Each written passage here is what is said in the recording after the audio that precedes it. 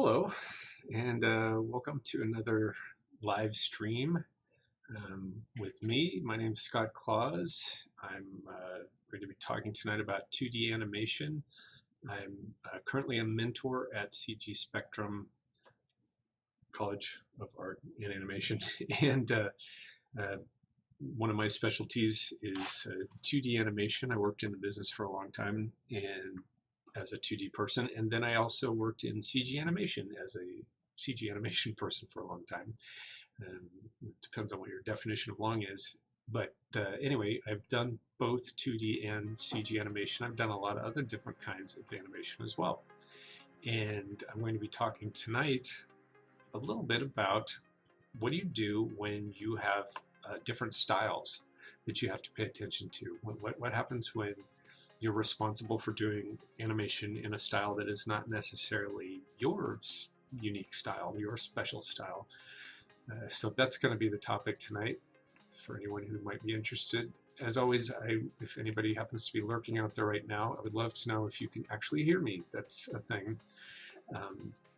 So if you can see and hear all right, I always appreciate that right at the top in case anybody happens to be out there and notices anything. And so anyway, another thing you might notice is I've got a friend joining me today over here. Thanks, Dorado. So I have a friend over here to my right screen left, who's joining tonight. It's going to sit in and hang out with us a little bit, and may or may not stick around. We'll see. But thought we'd appreciate having a little friend just sitting in. Our friend is 2D. I don't know. Somebody asked me, they were like, well, what is it? And I'm like, I don't know what it is, and I don't know what it's called. So if anybody's out there wants to name it or identify it, and tell me what it is. I don't know. It just showed up, which is what usually happens when I'm animating, is things just show up. But this thing, whatever it is, maybe the reason it's sad is because I'm mean. I mean, people say, well, it looks like it's really sad. Maybe the reason is because I've not named it and I don't know what it is, and it's perplexed. It's like, what difference does that make, right? Anyway, sorry, just being silly. But yeah, if you want to tell me what you think it is or what it should be called, I would love to get your opinion on the matter, because I'm baffled. I don't know. So anyway, we'll just have our friend sit here for a little while and then get on with it. But yeah, so and one of the reasons this friend is here today is to talk about specific styles. So this creature, whatever it is, was drawn by me in a matter of an hour or two. I didn't spend a lot of time on it. I just wanted to have it hanging out here in the scene, just to show it could be done. But it's a specific style. This is my style. It's the way that I drew it, and I didn't use reference. I didn't think of anything. It's just over the years I've started drawing certain specific ways and certain things, and this is what came of it. Given free reign, I'll just draw whatever I feel like drawing, and this is what happens. On a job, they're going to tell you that we want it to look a specific way. With Disney feature animation, what they would do is they would say, we want it to look like one person drew the whole thing. And back in the olden days, it was actually Uncle Walt Disney. Uncle, I just say that. We all say that. Sherry, nice to see you. Thanks. Maybe you can name it for me. I don't know. Maybe you're better at names than I am. Or maybe you can tell me what it is. I haven't a clue. But back in the olden days of Walt Disney feature animation, when they were cranking out films, they would not credit everybody on the film, and sometimes he'd credit the main animators, sometimes just not credit anybody at all. And so people, Chloe, sure. So people would think that Walt drew it all by himself. I certainly did when I was a kid, and that was the goal, was to make it look like one person was drawing the whole thing. As we've gone on, there have been films where it looks like one person did this character, one did that character, etc., etc. But it still looks like one person animated the entire character. And with most feature films, big feature films, long ones, it would be impossible for one person to do it all. Richard Williams tried when he did his original Thief and the Cobbler. I don't know how much help he got, but it sure looks like he had a lot to do with the way it looked. And he started a long time ago, and then they took it away from him. But for the most part, you're talking about feature animation films or long projects. You're talking about lots of people were involved, and they all had to draw in the same style. And that is what we had to do when I was working at Disney and DreamWorks and other studios. We had to learn how to draw in a specific style. Sometimes you'd have somebody describe to you the character, and they would tell you, oh, well, this is how the character looks, this is how they feel, this is how they were designed. I remember one of the most memorable of these was when Kathy Zielinski, who was I'm fortunate enough to have as a friend, when she explained to us how Frollo was drawn in Hunchback of Notre Dame, 1995, I think. 95. And that was a really tough character, and it was tough by design. They wanted it to be complex, they wanted it to be interesting, and push the envelope and be more detailed and more emotive than they've done in a long time. And so Kathy spent a lot of time on that character and put a lot of love into it. And as a result, I'm really proud of the work we did on that, but it took us a long time to get to know that character, and not everybody even could do it.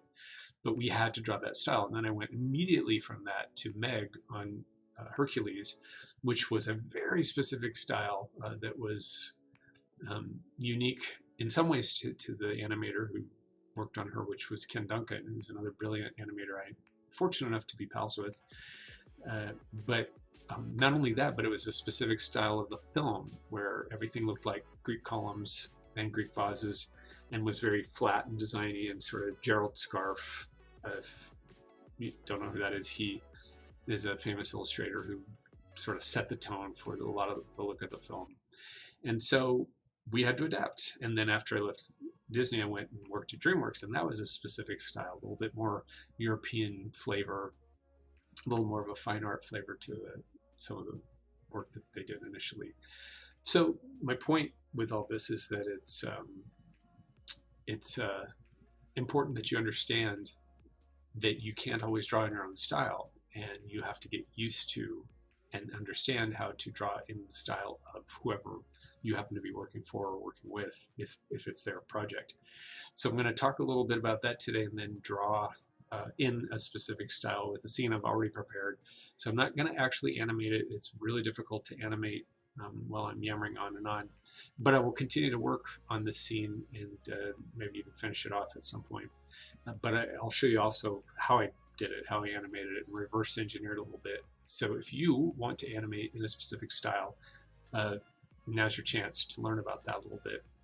As always, while I'm going on and on and on, please feel free, if you're out there and you're interested, to ask any questions about anything whatsoever, specifically looking for animation topics, and keep it clean. But anything you'd like to talk about animation doesn't have to just be on the topic for today, which is animating in a specific style. But yeah, anything at all, just go ahead and hit me up on the chat, whichever platform you're currently on, and I will be able to see it and respond.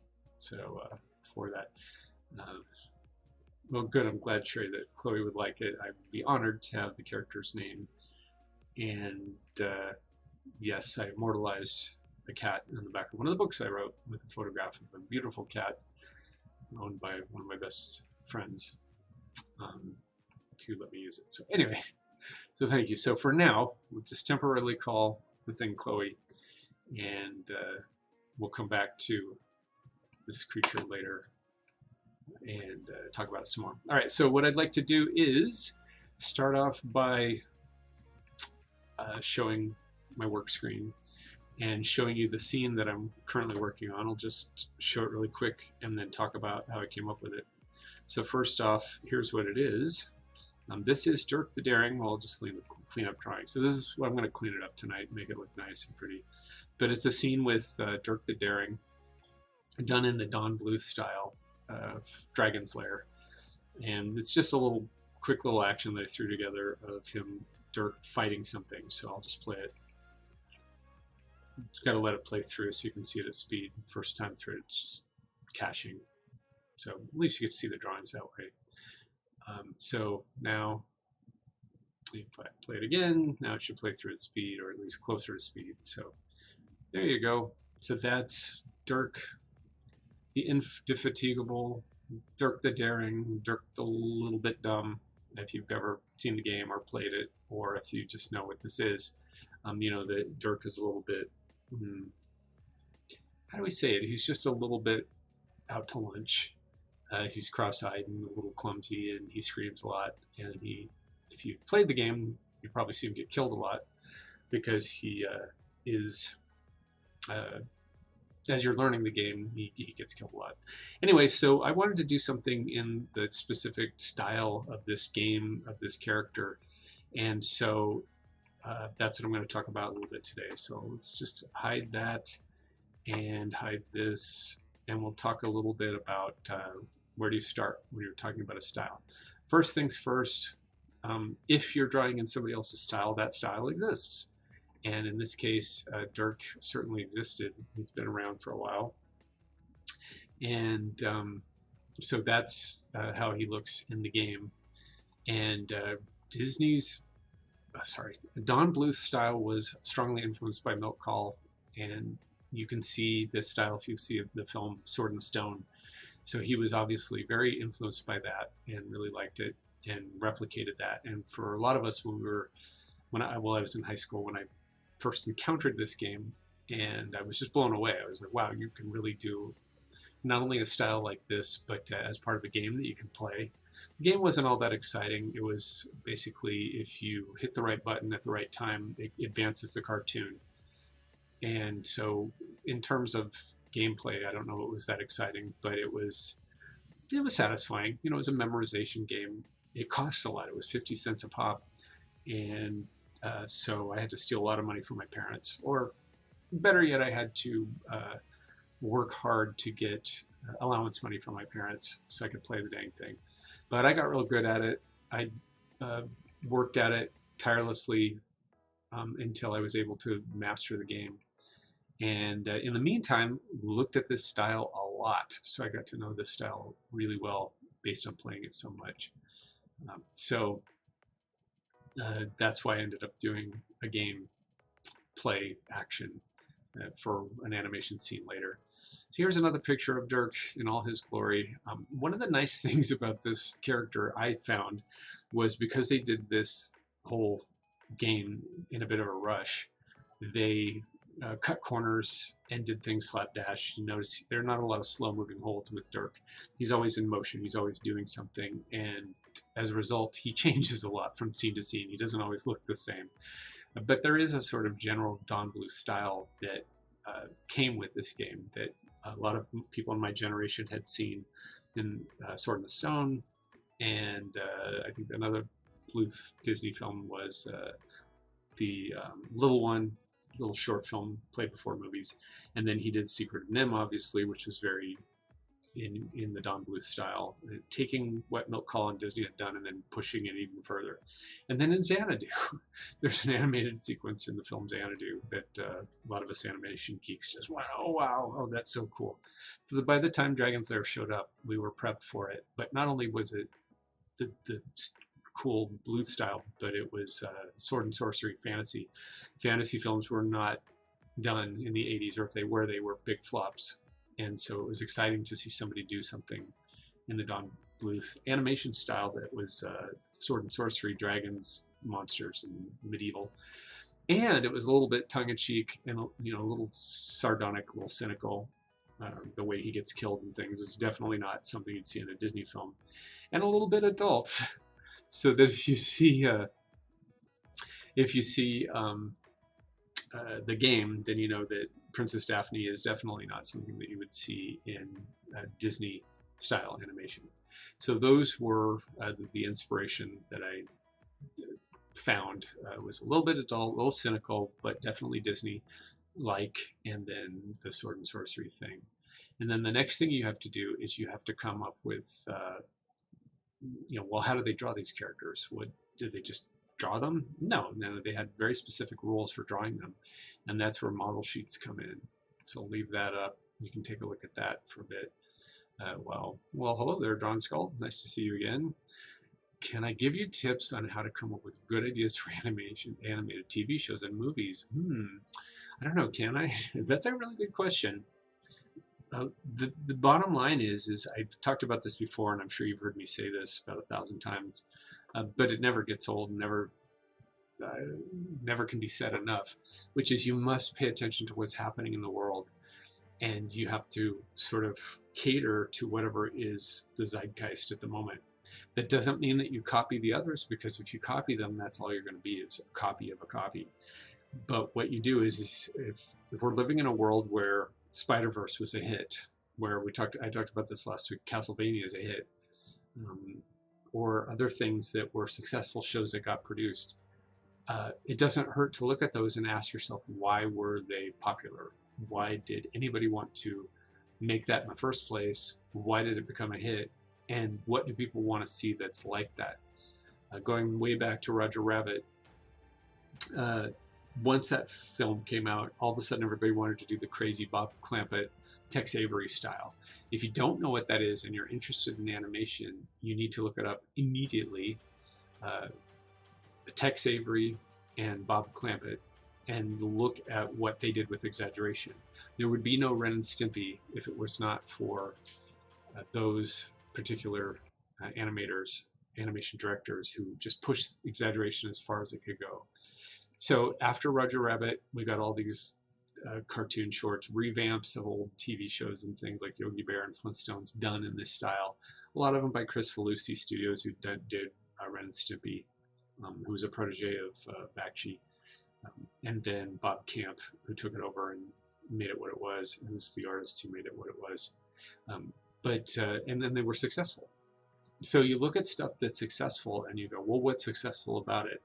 And you ask yourself those hard questions, and then try to come up with something that embodies the successful elements of that. South Park, is it because the scripts are really good, it's really funny? The animation is certainly nothing, to scream about, but the scripts are really good and they're really funny, and the voice talent's good. Other shows, it's because of the art. What's the one that M. Night made into a movie that was so unsuccessful, but it was a cartoon first? Can't remember the name of it. You guys know what that stuff is, but it was successful. So hey Jordan, nice to see you again. Thanks for stopping by. So yeah, you look at stuff that's successful, and then you figure out what is it about that made it successful. Try to emulate that, and then put your own spin on it. And I can't stress that enough. You can't just copy what other people do and then toss it out there and say, hey, make me rich and famous. You have to, at some point, put your own spin on stuff. Be true to your unique, original ideas, your own way of looking at the world, but be respectful of what's going on in animation at any given time, if that's what you want to sell as an idea. For example, I know somebody who, right after Adventure Time came out, put together a pitch for a show that was very much like Adventure Time, in the similar style and similar with the crazy imaginative ideas, but unique to his own perspective of the world. He was into politics, if I remember right, and commerce and other interesting ideas, and he melded that with kind of the visual stylings of something like Adventure Time. Pitched it to, I believe it was Nickelodeon, and I don't know if he sold it or not. By the time we parted company because of the studio went bankrupt, he had gotten, I think, at least to the second wave and was working on a big pitch. And like I said, I don't know if he sold it or not, but I was really impressed with how he put it together. It was like a little bit of Adventure Time mixed with, I guess, maybe the politics of something like South Park or even The Simpsons, where it's topical humor mixed with cute kitty weird stuff.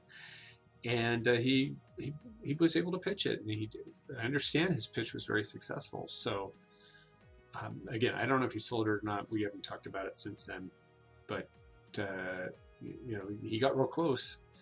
And what happens is once you've got an idea, you're just waiting for your opportunity. Well, his opportunity was Nickelodeon was actively looking for pitches and taking any old pitch that came their way. They may still be, I don't know, I don't move in those circles anymore.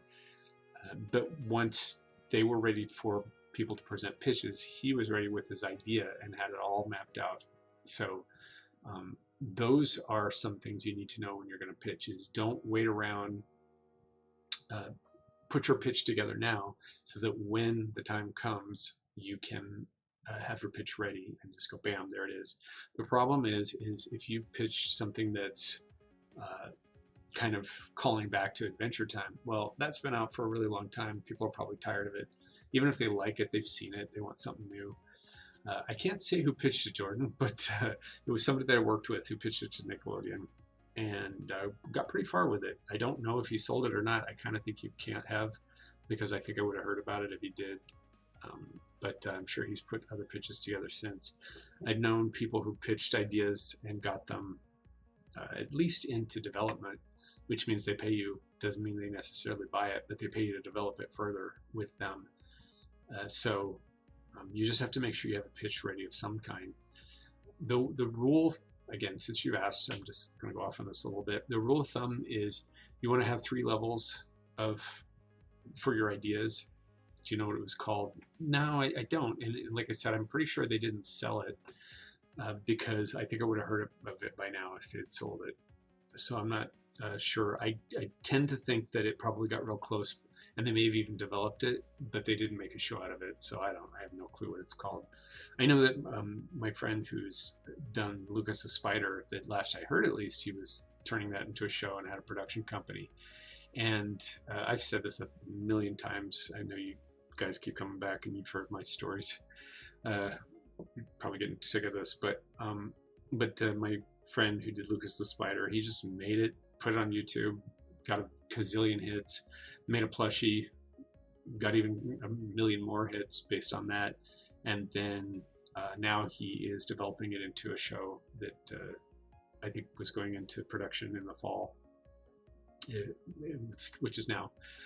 So that doesn't happen that often. In fact, it never happens. In fact, your odds of that happening, I was told, are your odds of having somebody pick up your show randomly, based on an idea on YouTube or something, or just even pitching, your odds are less than getting hit by lightning.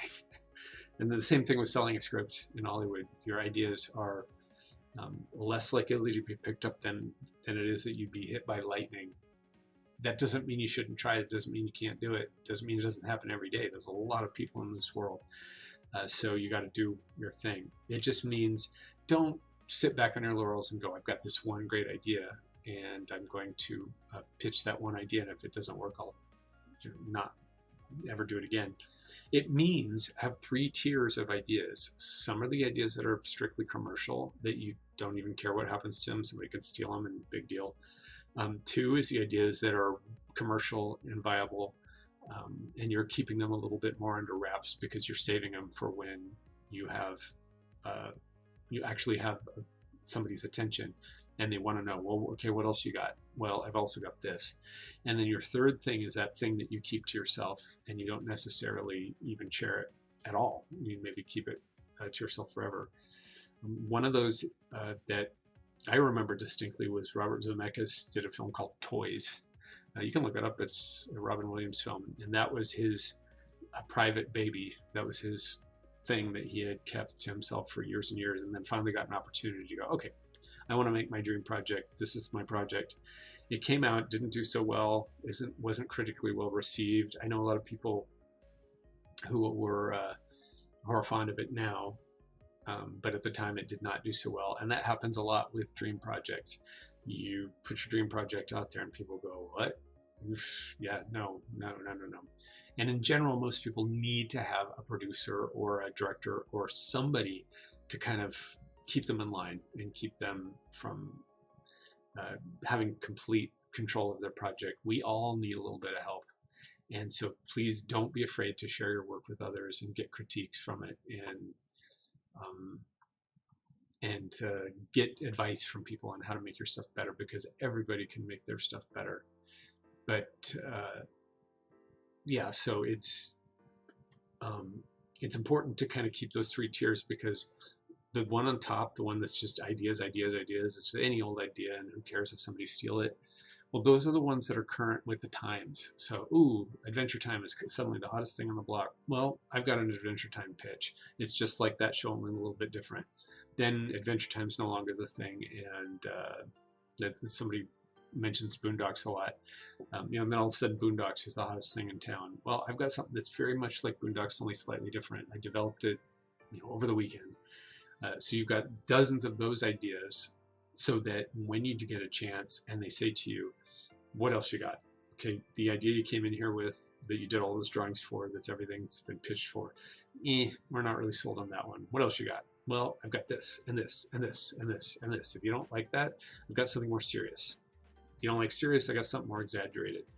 And that's this ever-evolving list of projects that you constantly update. Then in the middle tier is the stuff that you put a little more work into, maybe the pitch that you actually came into the office with, or online if you're pitching that way. And you've got character development, and story synopses, and fully realized scripts, and all the stuff you need to put this show on. And then you got 2 or 3 of those. And so if they go, well, what else you got? You go, I got this. And then last but not least are those special ideas that you're not telling anybody about. You're keeping very close to your cards, close to your chest, because you've got something, and you don't want to share it until you're absolutely in the right position to share something like that, or make it yourself. So speaking of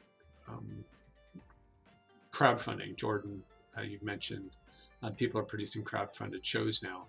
Yeah, the problem with that is that if you get money for something, you have to deliver. And I know of at least a couple people, I'm not naming names, but I know of a couple people who have names themselves and got crowdfunded, and they've not really delivered. And one person actually delivered a product and said, well, here's the product in progress. And I read the comments and I was like, oh, that's not good. People were saying, oh, I thought this was going to be a lot further along by the time you showed us this, and I thought it would look a little different, and I didn't think it would look like this. That's a danger with crowdfunding. People invest in you. You got to deliver. You have to give them what they invested in, whether it's perks or the fully realized version of your show. Speaking of Dragon's Lair, maybe you've heard, if anybody's interested, that they got a crowdfunding for this film. I'm not going to trash Don Bluth, but they got crowdfunding for Don Bluth's Dragon's Lair. And last I heard, anyway, he's not going to do it traditionally 2D animated. And that is pretty much what he pitched, as far as I can tell. I guess you could go and say, well, no, he just said Dragon's Lair and it would be animated.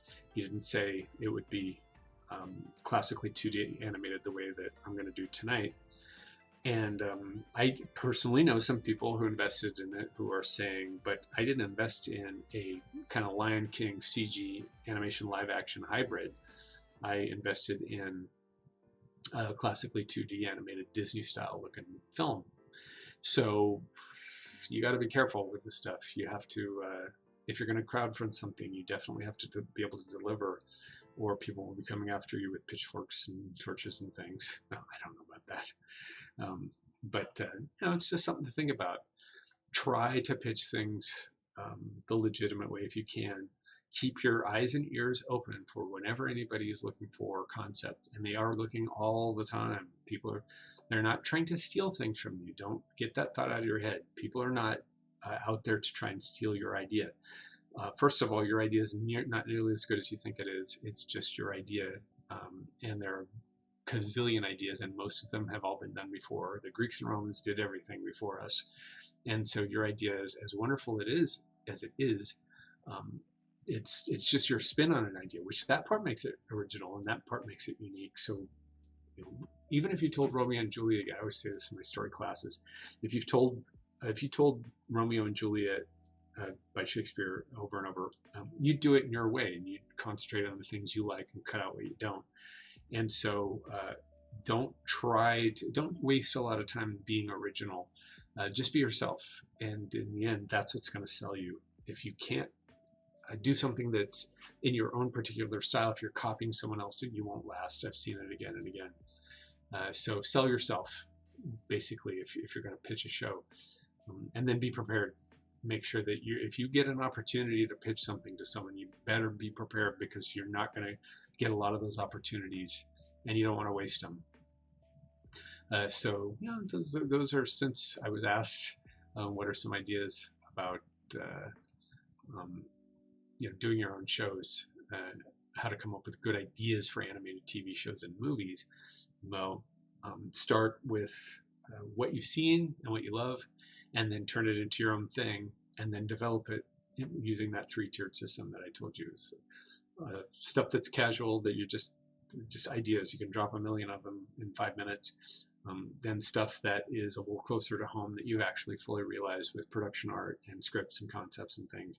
And then those things that you keep very close to your chest, which you don't share because you think that the idea is really special and you don't want anybody to take it. So just some thoughts. Hopefully that helps answer the question. Moving along. So anyway, this is Dirk the Daring, the model sheet. These are all online. You can grab them. I certainly grabbed them. A lot of people had these. We were passing them all around before the internet back in the 90s. And I used to study this character and draw it. And it would be a combination of tracing and then doing what the instructions say, which is draw those shapes and then attach those things to it. You can see it. Dirk is 1, 2, 3, 4, 5, 6, 6.5 heads tall. That is a common way that we would measure things in animation parlance. Pocahontas, I think, was 5.5 to 6 feet tall, heads tall, her head's tall, and that's how they would use for Pocahontas, so we would know how tall she's supposed to be. But the other things you can see right here on the model sheet, instructions that the concept and character designers worked out so that every animator knows how to draw this character in any angle, in any situation, what their costume pieces are, what the costume colors are, so you know, like, oh, that's a separate color than the other parts, and then how they look when they're doing specific things. And so I spent hours and hours and hours copying this specific sheet, and the one I'm going to show you in a sec, and learning how to draw this character based on the things that I found on these sheets. So here's another one, and I'll just leave this one up for a little while I look at the question. But this is now specific scenes that probably had been done. They probably actually animated and cleaned these up, but they might not have. Remember, James Baxter did a bunch of these for Sinbad and taught us how to draw that character, and they weren't scenes that were not necessarily finished up just yet. So sometimes they will base these model sheets on specific scenes that have already been done, and then sometimes they'll base them on pre-production work. So on Baxter did a bunch of stuff. James Baxter, sorry, just call him Baxter. James Baxter did a bunch of stuff for El Dorado before they started. I remember being very impressed by those and thinking that he had a very specific style to the Miguel character that I worked on that was unique and really cool. And so I really enjoyed learning about his style and learning about how he drew specifically. There were 3 supervisors on that film. They each did it a little bit differently. So, and they were all good. I'm not saying, but Baxter was particularly good at the character. I think he came up with Miguel. I think he designed him. Anyway, question: what would you say the acceptance rate for pitches would be? I think your chances of getting into development, which means they'll take your idea and they'll pay a stipend to proceed and develop it further and sit around at meetings and talk about it a lot, which is where, as far as a lot of my friends have gotten with pitches.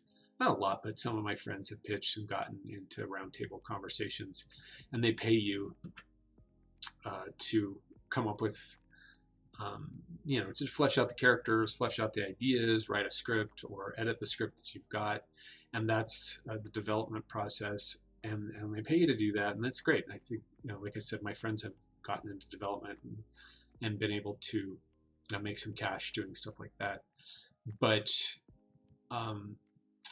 But the actual acceptance rate, how many people have accepted, I don't think, other than Lucas the Spider, I don't know of anybody that has sold an idea for an animated TV show or movie. Like I said, your chances are better being hit by lightning than getting your movie made in Hollywood. I'm not being cynical or bitter. I'm just being realistic. Those are the odds.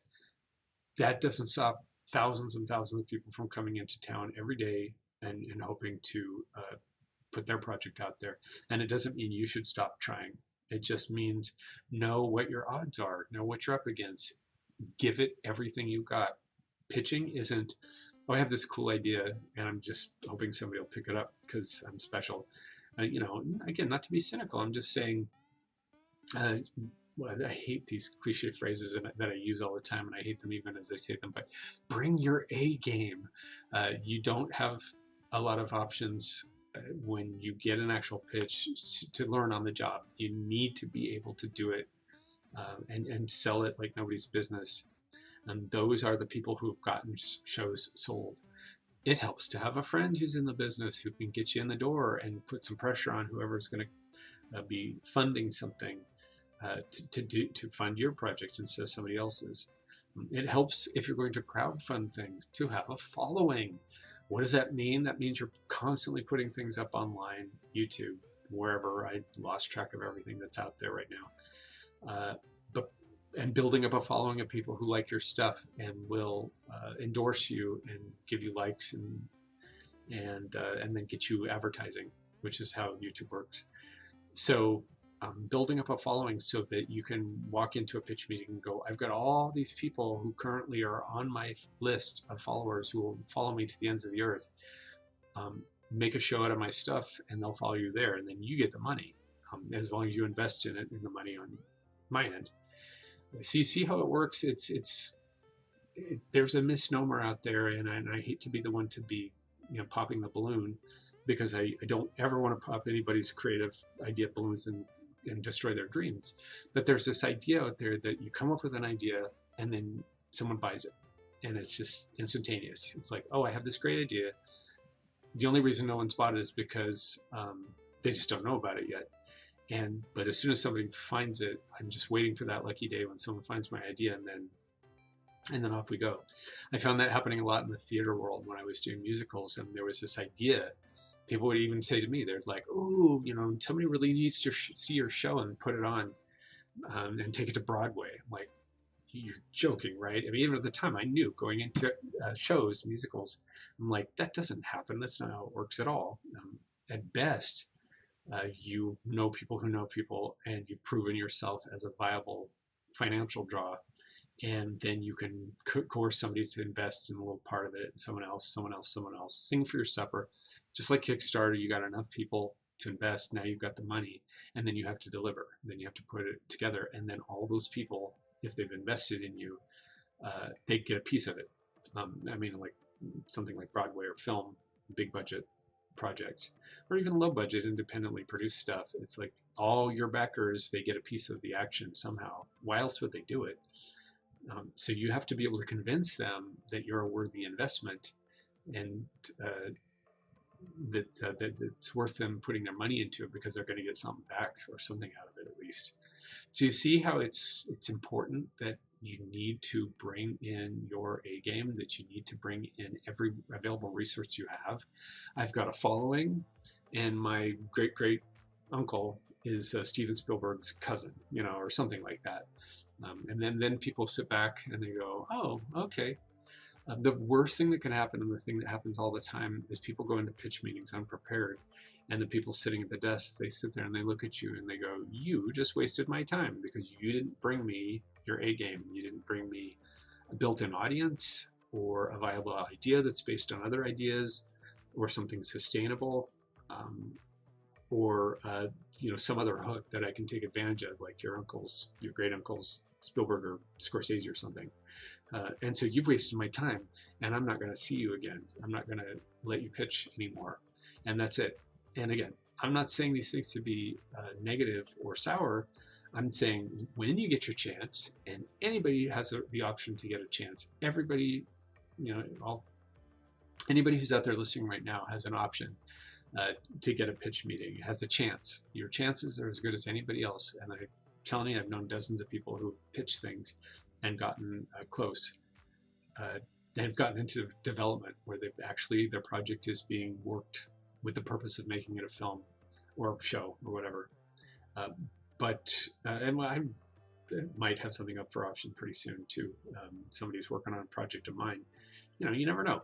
But when you get that option, when you get that chance, you better not blow it.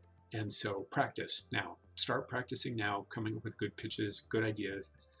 Take a story class like mine, for example. But, take story classes, take pitch classes. I took a script reading class when I was interested in this stuff years ago as a way of like, oh, how do you become a writer and learn? That's where I learned a lot of this stuff. Some of it is experience. Some of it I've learned from classes that I took.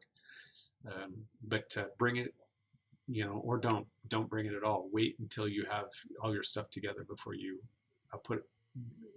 pitch something, because you won't get another chance.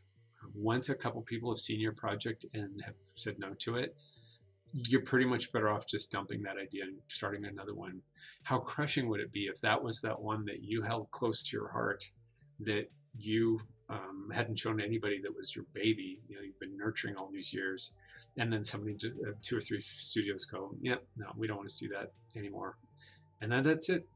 It's done. Unless you do it yourself and waste a lot of money of your own money. Never, ever, ever fund something with your own money if you can't afford to lose that money. Better still, pitch a bunch of different ideas. If they don't like them, say, can I come back and pitch for you another time? And they say, yeah, you got some more ideas, we'll take a look. And then you come back with some more ideas, and then you've just upped your chances because you've had 20 ideas the first time, 20 ideas the second time. Well, that's now 40 ideas. And then you've also got a relationship. They asked you back, and then maybe you can give them a couple of those mid-tier ideas that you really developed and surprise them and go, well, this is ready to go. And it has a following already on YouTube or something. So hopefully that if anybody who's still awake out there listening to this, you get the idea of what I'm talking about when I say it's not being negative to say it's hard. It's not. If it was easy, everyone would do it. How many of us have dreams? Every single one of us. Every person you've ever met has a million dreams every day. How many of them get produced and turned into something like Adventure Time? How many Adventure Times are there? How many Castlevanias are there? How many Simpsons are there? One. There was one. There was Futurama. Okay, they got lucky twice. Yeah, but even that didn't go as long as The Simpsons. How many South Parks are there? There's one South Park. And I always say that about directing. There's one Spielberg. There's one Scorsese. One J.J. Abrams, whether you like him or not, he was successful. One Cameron, James Cameron.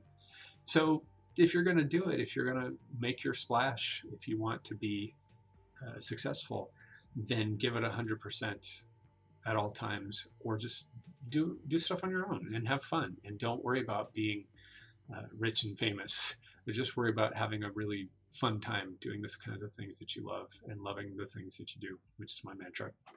Anyway, long way around to talk about something, but I know it's near and dear to everyone's heart, and I've been through a lot of this stuff, so that's why I like talking about it. So these were Dirk the Daring poses that I used for inspiration for my scene. And then last but not least, I'm just going to show a clip from Dragon's Lair by way of reference. And so this is fair use. Don't ding me for showing something that's somebody else's movie, because this is just by example. So here is a scene that inspired what I was doing with my animation. And I'll just let that run a couple times so you can see it. Again, this is all fair use. It's all out there. I'm not profiting off of this by showing it. I'm just showing it by example, so that you can see what I was influenced by when I was trying to do some animation of my own. I was influenced by this animation and the cadence of these swings that Dirk the Daring does when he's swinging at stuff. There's a certain timing to the swings of his sword that I wanted to try and capture. I'd used a combination of reverence of myself, which I no longer have. Or I have it, I'm not going to show it to you. I have used that, and then I use this footage as reference to try and match the style that he did. I did not include his sword sheath because it just was too much. I'm just trying to do this for fun and do it real fast. So that's the only thing that I kind of left out. But other than that, he's got the sword, he's got the costume, and then I had him just fighting a fireball. I'm not sure if I'll end up finishing this or not. I do these for fun, and I do them for these live streams. But that was an example of the kind of animation that I was trying to do for this project. So now I will pull up the project itself in progress, and again, just play it for you so you can see that that was the sort of style that I was going through for the cadence. So to get back on, well, thank you, Jordan. I appreciate it. Thanks. I thought it looked nice, and what I liked about it is that it was simple in concept. It's just a swing 1, and then a swing 2, and then he reaches his final pose. But within that, there's a lot of little complexity. There's some anticipation going on. I'll just break it down now a little bit so you can see what I'm talking about. So he anticipates, he goes down into this anticipation pose. This is like a basic jump. And then he swings up. That's another anticipation. So this is real anticipation pose. And in the Dragon's Lair game, he holds for a really long time for these poses. The reason he holds is because when he is supposed to move, there will be a threat or a reward or something on screen that lights up. I mean, I can show the clip again, but when you see something that's either a threat or it's a reward, it lights up with this 1980s glow. So you can see the anvil, it blinks to life. The sword that flies at him, it blinks to life. And then the stone gargoyle, it doesn't come to life, blink, but it does come to life. And that's how you knew to push the button. So whenever anything lit up, including that thing that was up on the ceiling, you knew to push the button. And when that would happen, Dirk would kind of freeze for a minute and just be hanging there. Do you go left or right? Do you go up or down? Do you hold with the sword? There was a sword button. Do you swing, or do you get pummeled to death by this thing in a really comic, exaggerated way? And so there are all these little holds whenever he's going to swing. And I just thought they looked really cool, that they were really kind of Disney-like and fun. So I built those into this. So even though this isn't really a game, but I just imagine that it's gameplay, and so he's got those same holds that last a really long time. And there's something kind of musical about the way he's like swish and then swish, and then he comes to a rest at the end. So that was the idea of this scene, and then that's how I broke it down into the keys. So there's obviously his first key, and I've already cleaned this one up, so you can see, that I tried to match the Dirk cleanup. I'll turn off the rough so you can see a little better. So I tried to match the Don Bluth style pretty closely. It's been a while since I've drawn. I used to do it obsessively, but I haven't done it in a while. You can see things like the way that the arms are shaped. There's the bicep looks like this, and then the underside of the bicep looks like that. It's a real chunky pencil. Make that a nice small pencil.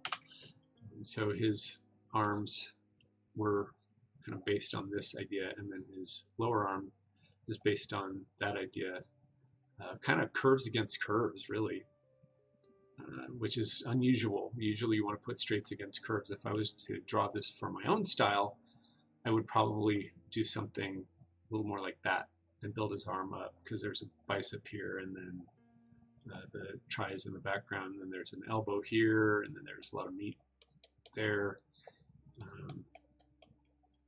So this is like it's triceps, so that there's 3 of them, and you can't see the third one, it's hidden. And then the shoulder kind of muscle comes into that, and then here you've got the radius and the ulna. Remember, the radius is connected to the thumb, can't ever leave the thumb. Looks like a claw now. Can't ever leave the thumb, so that's how you know where the radius is. And then the ulna is connected to the tarsals and metatarsals that connect at the hinge joint of the wrist.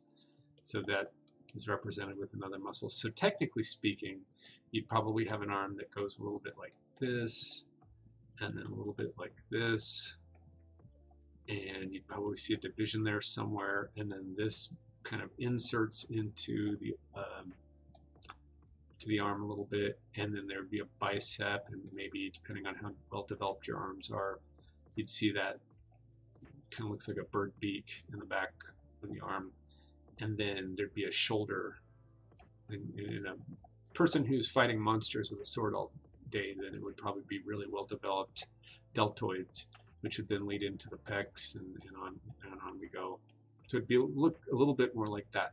Well, in order to not only make it look more milk call style, but also to make it a little more stylized, we get the Don Bluth. I'll keep that one over on the right by example. We get the Don Bluth style, which is, again, kind of built based on milk calls, very blocky, choppy style. And then you get something that looks a little bit more like this, and like that, and this, that, and then the curve of the shoulder is a little more flattened out. Not as much as I just did there, but a little more flat than that.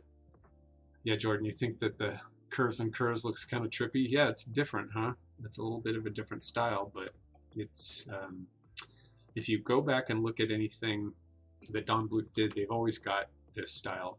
And another thing that he would always include would be lines that designate certain areas, specifically the fold of the elbow and the folds of the knees and the ankles.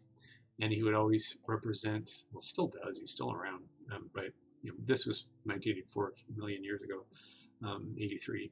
And he'd always have something like that that would represent the elbow. Sometimes it would just be a line. So that's what I did here. But often as not, there'd be like a wrinkle. In Dirk's case, excuse me, if I pull up this drawing again, you can see that the reason he's got folds there is because his pants are kind of floppy and droopy. Again, he's supposed to look sort of a little bit of like a dingbat, a little uncoordinated. I mean, it's funny too, he always had this wasp waist. So he's combination between being this scrawny geek and this muscle-bound guy. I think a little of that influence came from Toby Bluth, who always drew big floppy feet and wasp-waisted fellas. But I mean, Daphne has it too. She's got a really tight, tiny little waist, and is more buxom, shall we say, in other parts, to the delight of a lot of teenagers in 1983. But this style kind of came from the clothing they were wearing, that they had these crinkly elbows and knees. But it also was a way to articulate that. I remember somebody explaining it to me a million years ago, that it was there to kind of help articulate in a very simple way these shapes. And so that's what you're seeing when you look at what I was showing you on the screen. That's what you see with the arms. That's why you see this crinkly shape. And then you'd see it again with the hands, where the hands would inevitably have a really blocky form to them, and then this squiggly line that represented the knuckles, the knuckle line that's, well, it's actually easier to see here. So watch any Don Bluth film and you're likely to see those crinkly hand looks. And I actually would get disappointed when I started to see him move away from that style. So if you look at Anastasia or Thumbelina, heaven help you, you'll see that he started moving out of that style a little bit. And I was sad. It was like, oh, I really like that style. I was so excited to hear they were going to do a Dragon's Lair movie, but part of me thought that, yeah, I don't know. It's probably too late. This has become kind of cliche and old school, but I still like it, and that's why I'm drawing in that style today. So anyway, so that was part of it, and it was the crinkliness of the elbows and the knee. Not so much here because his knees are expanded. His knees are bent, and so you don't see the fold there, but later I'll put it in. And then you can see I put the line on the hand here, and then his fingers are really choppy. That's a milk call thing. I am not a master of milk call style, but if you look at milk call style, you can see, you know, it's very blocky, and the fingers tend to come to blocky ends and represented by nails like that. So that was all a combination of just making life easier on the animators, as well as making it faster to draw, as well as being just a style in and of itself that's kind of cool. So anyway, when you're drawing, I'm aware that there are a million different styles that you can draw in, and that you can, I'll just let this play while I'm talking, that you can adopt any style that you like. It's important that you know how to draw in a very general fine arts kind of way first. You need to be able to draw in a style that is universally accepted as being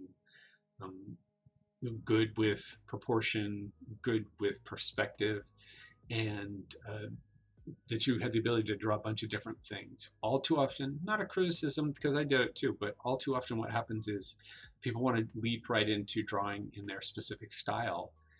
So say, for example, you like manga, graphic novel, or anime style, and you want to start out right out of the gate, right on the drawing board, animating in that style.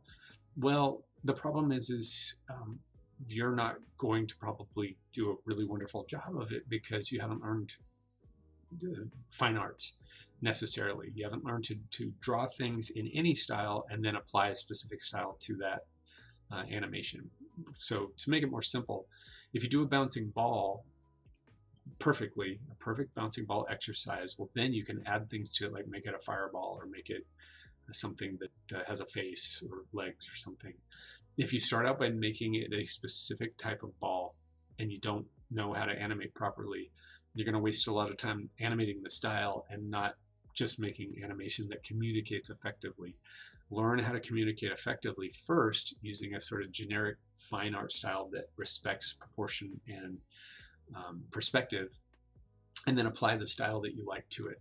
Trust me when I say that all the people who have animated before you, if you're interested in animation, have done this, at least the successful ones. They've learned how to animate in a very generic, general way, and then they learned how to apply their specific style, specifically something that has a very unique look to it, like anime. That is a unique style that I'm not sure I would actually be comfortable doing. I'm kind of out of practice, and it's a new style to me. On a job, I probably would pick it up fast because I learned how to do that after working on several different films with different styles. But I learned how to do classic animation first, and then decided, oh, well, I want to go and make limited animation, TV animation styles, which are done that way because it's just cheaper and faster and easier. So if you like those styles, that's okay. There's nothing wrong with liking the style you like and doing the style you like and having fun with it. But at a certain point, if you want to be an animator, you need to know how to draw and animate, a 2D animator specifically. You need to know how to animate in a variety of styles, and that means learning how to draw like nobody's business as a fine artist first, and then being able to apply specific styles. And I've already shown you some of the specific styles. Lessons that you needed to be able to do the Don Bluth style. It's like that for any style that you want to adopt. You need to try tracing. You need model sheets that show you how to do a character, how to build it up from volumetric forms, what the proportions are, how it looks in perspective, do a turnaround. And just for the record, I think it's worth going over that again. On the top row, you see Dirk's head being turned around. It's a lot easier to do that now in CG animation. You could do a turnaround, and you could sort of tunify it if you wanted to and make it look 3D that way. Make it look 2D by first doing it in 3D and then just drawing over it or tunifying it. But however you get there, you need to be able to do it so that when you draw in any specific style, any specific angle, that you know that you can do that because it's right there for you. And that's something that a lot of us skip when we just want to just race into the scene and start animating and jumping around and having fun. And it's really important to keep track of that, to have done the preparatory work and done it before, so that by the time you get to animating, you've worked all that stuff out. And I've had a lot of students who've done it, a lot of students who haven't. The ones that have done the preparatory work, like I encourage, end up just flying along when they're doing the animation, because they know it's like, oh, well, we can we can definitely work with that, and I can make that into something I can use in my scene because I've already done all the preparatory stuff. So can't recommend doing that enough. It's just really important. So, Jordan, what's my favorite reference for turnarounds? Well, my favorite reference for turnarounds is live action. That is the best reference for turnarounds. If you want to draw a character in 3 dimensions, then you need to study something real, something live, or the equivalent online nowadays, and draw it, just like you see with Dirk the Daring here on the screen on the top layer with those heads. Is somebody had to render that in 3 dimensions in a turnaround. They probably looked at reference. If not specifically for this model sheet, then they did it so many times they didn't need to do it with any other way anymore. But so the best reference in the world is the real thing. Short of that, you go online and you type in a reference for turnaround. There are lots of different sites where you can get live action model reference. I found dozens of things on Pinterest just by doing a couple quick types. Model reference. Just by typing that in, I got directed to all these sites and found dozens of resources. Some of them charge, some of them don't. You're likely, once that happens, Pinterest is going to start nailing you with stuff and sending you thousands of pictures of people in swimsuits modeling things. But no, it's not the worst thing in the world if you want to get better at your art. So that's what I recommend as far as favorite reference goes, is I just go and type things into Google searches, which inevitably takes me to a site like Pinterest, and then you just go to town looking at stuff. Save things. I can't stress that enough. When you are gathering information about a character style that you'd like to draw, you want to be sure and build a library of all the things that you have. This Dirk the Daring stuff, I've got dozens of drawings of Dirk, well, just simply because I like the character. And one of the things that I did was I would just draw the character over and over again, and even make my own animation cells. So build up a library of stuff that you think would be helpful or that you will like. I remember learning from R. Crumb when I watched the documentary. That's when I first found out. He would do a physical library of things. So he has a lot of telephone poles, telephone lines in his work. And he would go out and sketch telephone poles and telephone lines. He'd get magazine clippings of stuff. And then he had a box. I think he actually has a notebook. And it's collated. So the telephone poles, clouds, birds, people, buildings. And if you look at his work closely, the nice stuff, his cartoons are kind of nasty, but the studies he'd done, if you look at that work, you'll see that a lot of his stuff shows up again and again, telephone poles, buildings. It's because he had a library. Well, you can do the same thing. You can do it a lot more easily now online, is just get folders and folders and folders of different actions, characters, people, backgrounds, things you're interested in, things you're not interested in, but you know you have to be able to draw, so that when the time comes, you don't waste a lot of time looking stuff up. You actually just pull from your library, and you have a whole ton of resources that you can draw from. I've been capturing a lot of stuff that's painted because I want to get better at digital painting. And I've been looking at some of the resources that CG Spectrum has offered in these live feeds. People who are painting online, concept artists, that's all available via the live streams that CG Spectrum offers. So once a week, the painters go out and they do live feeds showing you how to paint stuff and do it live on camera. So I'm very interested in getting more involved in color, so I go and look at stuff like that. But reference for turnarounds, you will find reference anywhere if you just type stuff into Google.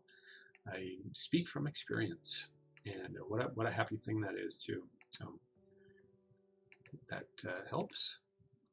All right, so now I'm going to start doing some cleanup work on this scene and just start keying it, keying the cleanups.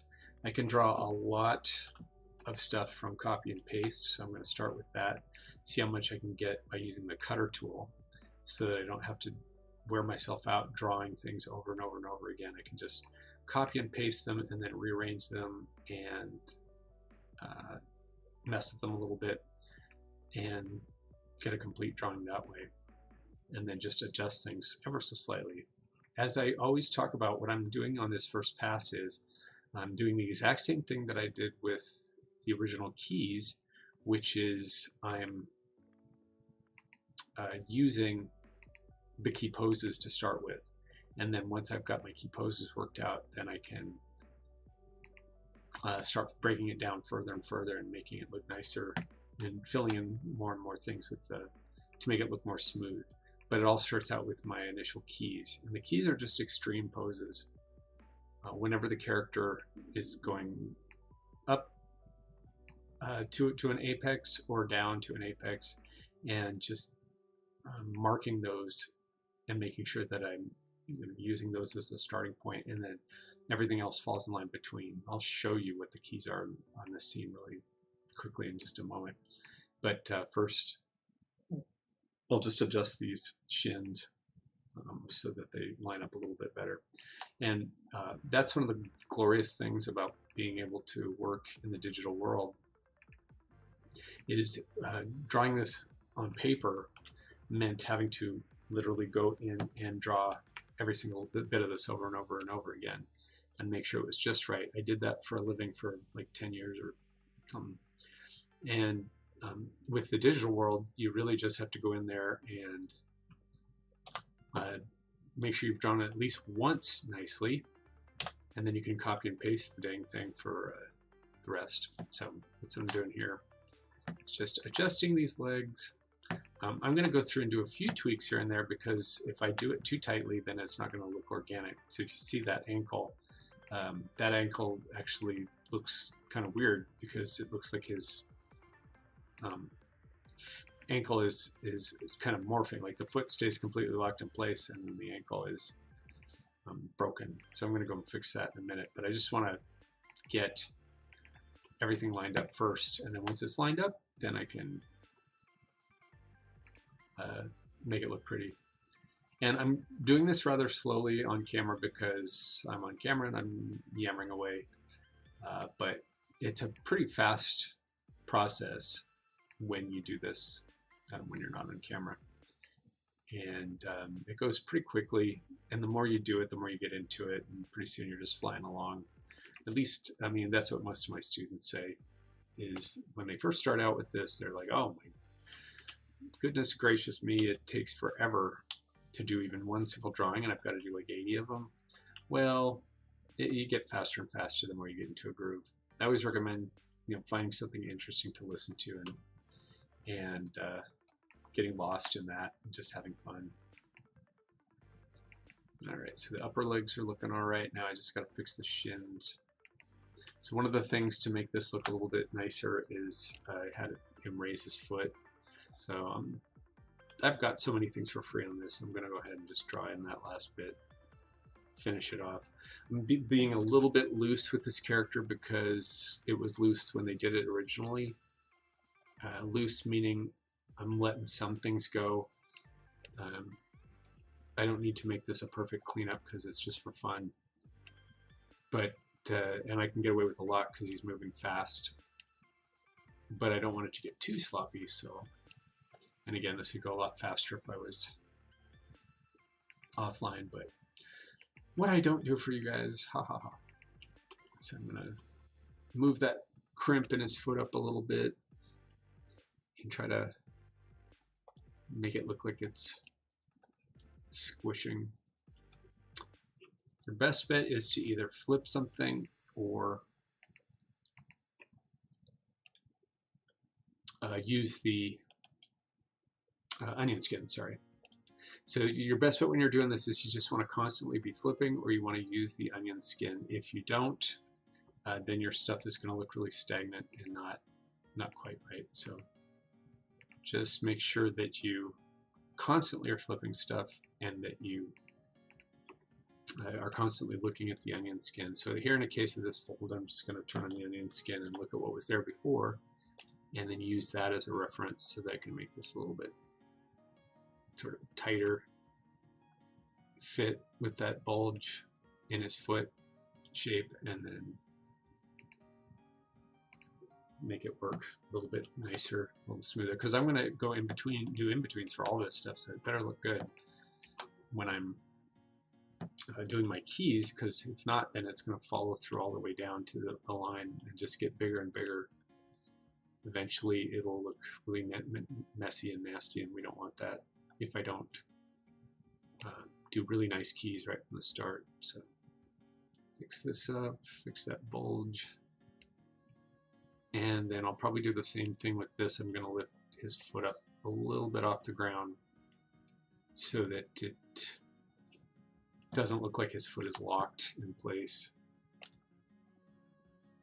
And when I animated this, I went pretty straight ahead, so I'll probably have to deal with some weight and volume shifts and make sure that those all line up when I'm done with my key pass. But there are the feet. Let's give this a little bit more in his foot so it blends a little nicer. There's not a lot of motion going on at the beginning, so I don't want your attention to be too called. There's an example of something where I'm being a little loose and free. It's like, I'm not too worried about all this detail work. On the job, no way would I let this go. One of my things that I prided myself on was that I was very attentive to detail when I was doing cleanup work, and when I was supervising cleanup work, I would just make sure that all these points and lines and things added up perfectly, because it drives me crazy when I see stuff like that that doesn't line up nicely or make any sense. So, but on this, I'm just having fun. All right. So, well, hello there, Oscar. Nice to see you. And welcome back. We're just talking about Dragon's Lair and animating in a specific style. Jordan, yes, it's great not to have pencil shavings. It's great to work in the digital world. So let me take this drawing down so you guys can actually see what I'm working on. So I'm working on the feet right now and comparing the feet now to these two. So those are my first two keys for the feet. What I wanted to do first, before I get into the scene, is actually show you guys what the keys are in the scene. So let me just fix this up. So yeah, so here is the scene as it plays out. Let's play that again. That's how the scene animation looks in the scene. It's just Dirk fighting a fireball. And again, I talked at length about how I was copying the style of Dragon's Lair animation with these swings, which is, again, just Dirk the Daring flying around and looking at things and then taking swings at them. So that was the style I was emulating. And so I animated it. Now I'm going in and just kind of doing some cleanup passes. But now that you can see the animation, then it's a matter of, well, let's find out what the keys are. So there's one, because the character goes from up. Well, I'll turn off the cleanup. Character goes from up to down. Up to down. That's two poses, two keys. I'll turn on the keys so we can just look at those and flip through them. And then we'll go to the next one. Next key is going to be over here. That certainly qualifies. So I'll just make a little mark so I can make a key for that frame. And here. So that will be another key. And then actually, I'm going to mark them on the actual animation itself. Might as well. So we'll just make that a key. And this one was. And this one was. And then if we look at it, you can see that so far so good. We've got one here, one there, and then this one, the third one. So 3 keys. Boom, boom, boom. So those are 3 extreme poses that explain the scene so far. There's more. I'll go ahead and designate them. So this is a little tougher. So I'll start with where the character ends up, which is somewhere around here. There's a lot of keys in this scene because he's doing a lot of action. So it's gonna, and then somewhere in here, that's probably this one here where the character is foreshortened and really swinging. That one's probably going to be a key to designate that.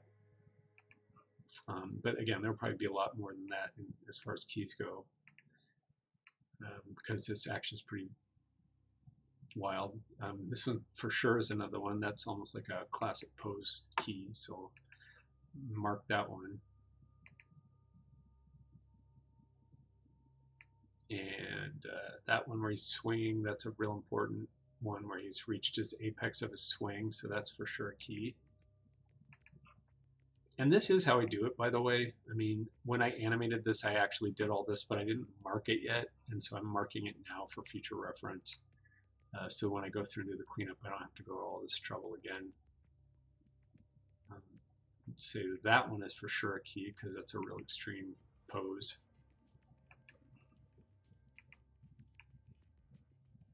That one is because he's crouched down. So we'll say that this one is because he's crouched down in sort of an anticipation into a move where he's going to come to a stop. And then this last one is obviously where he's come to a complete stop. So now, because I know that I've got these keys marked, I can scroll through that and go, well, is that the entirety of the scene? And let's see if we can shine some light on the subject here. Oh, not mirror. There it is. Okay. So let's see if I can scroll through these.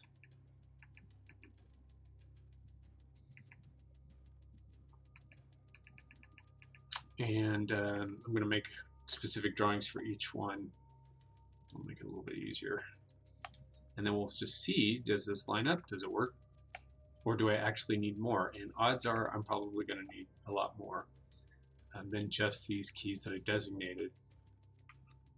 But these keys will at least explain the action, describe the whole action, and keep me from animating too much straight ahead, because if I just animated straight ahead, then the shapes would have changed a lot, and it would have morphed, and it would have gotten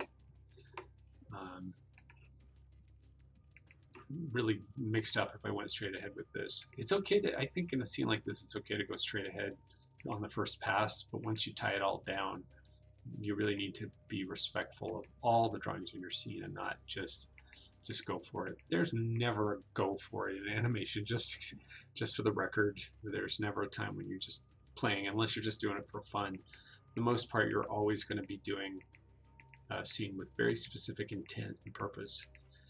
So there you go. These are the keys that represent the entirety of this scene, at least in terms of the poses, the main storytelling poses.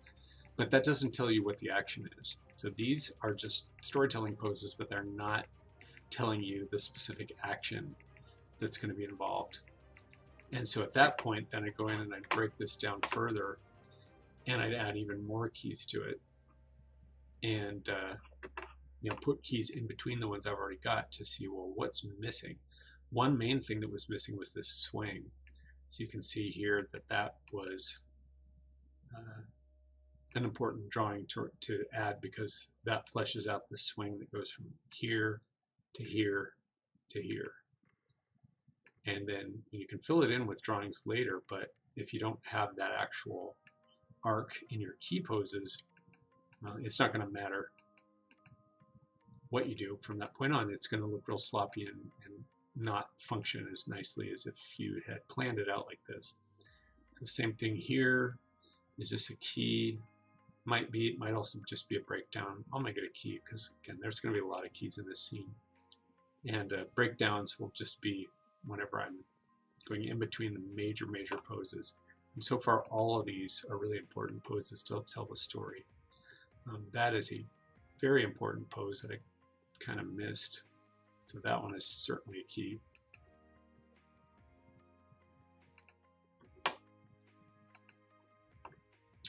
Thank you, Oscar. Thanks. This scene I was explaining at the beginning came about as a result of spending hours and hours and hours playing this silly game and learning, you know, kind of the way that the characters move, which was based on a very specific kind of zeitgeist that was, I don't know if that's the right word, but it was unique to the Don Bluth games. There's a certain flow, a certain music to the way that they moved. That's what I was trying to accomplish by doing this scene in the first place, was kind of capture that feel that they have in the game. So that one I got. So the rest of these, these are probably all breakdowns from here on in. I don't think any more of these are important as key poses as they are as maybe breakdowns. All right, so now that I've got my keys designated, oh, and by the way, I'm going to save. Now that I've got my keys set up, then I can go in here and designate some of these as breakdowns. And breakdowns are just filling out the action a little bit. Well, let's look at the keys first. Let's just go through here. I'll click on them. So now I've sold the idea of this story with key poses. And this is something I probably would have done, well, I did do with thumbnails before. I don't have it handy, but these were my thumbnails, was some of these keys that represent the action in a microcosm. Just how many is it? It's 3, 6, 9, like 12, 14 drawings. Because again, remember, you want to get your idea down in as simple a way as you can, because if you draw every single drawing, then you're going to spend hours and hours and hours and wear yourself out doing stuff, and it won't even be your best work. So in this case, thumbnailing this first, doing some live action reference, or looking at the game, I use that as reference as well, and then sitting down and doing your key poses. And I'm just designating them right now just for the sake of analysis and making sure that it looks like it's been set up properly. So I'm going to go ahead and play this again just so anybody who's new can see it. So that's what I'm working on. And then this is how it looks in its key pose form. Those are the first drawings that I did to sort of start the ball rolling.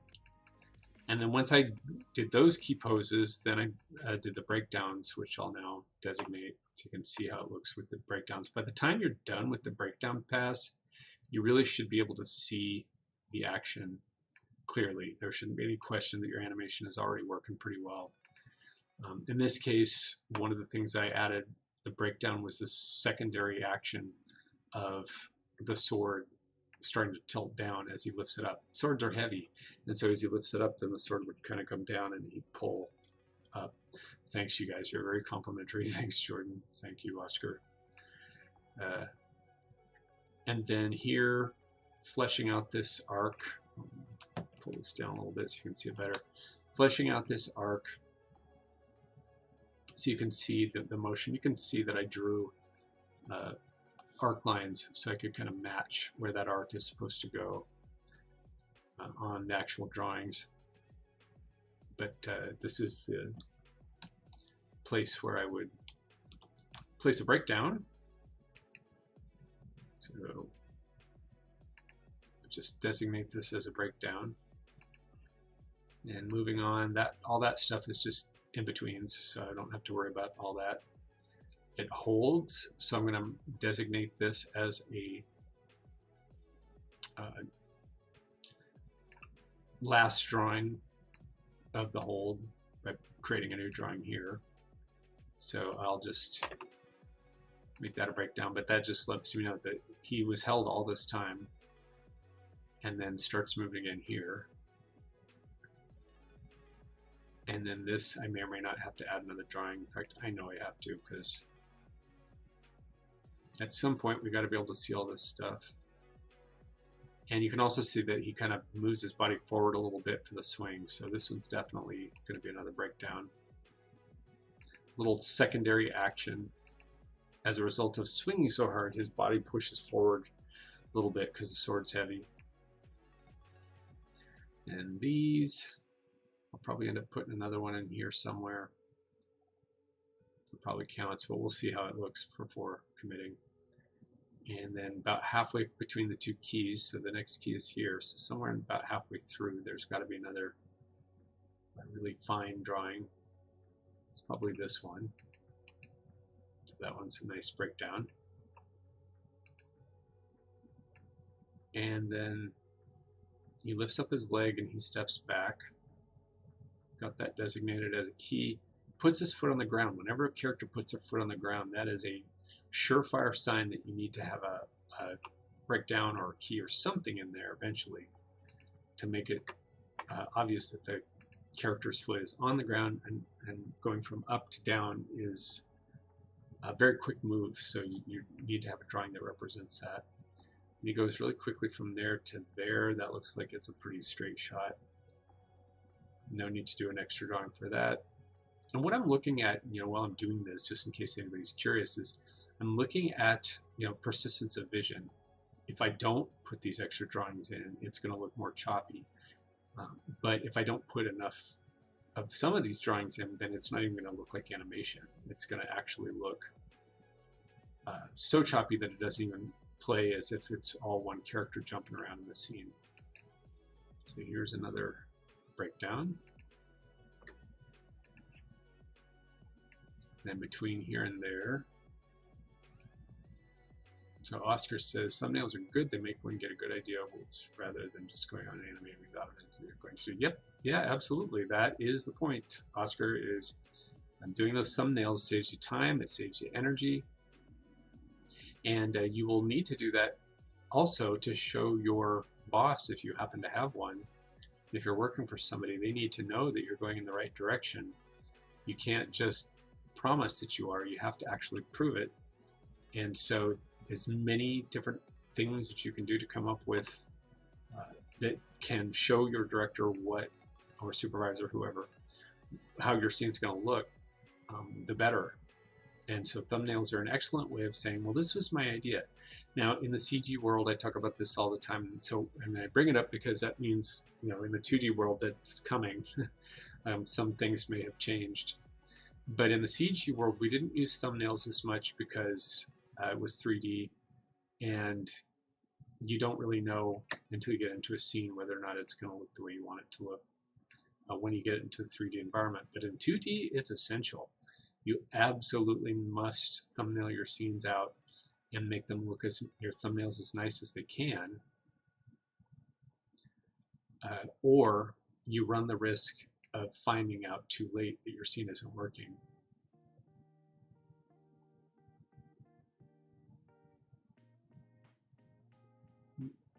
Biffed this one. Drag this one frame over. So yeah, so thumbnails are really, really essential when you are talking in terms of 2D animation. And I recommend them with everything that you do, is you want to make sure that you plan it out one way or another, that you have a game plan of some sort, or you'll be real sorry later. So just food for thought. But again, in the CG animation world, sometimes we may not have always thumbnail things out like we did in 2D.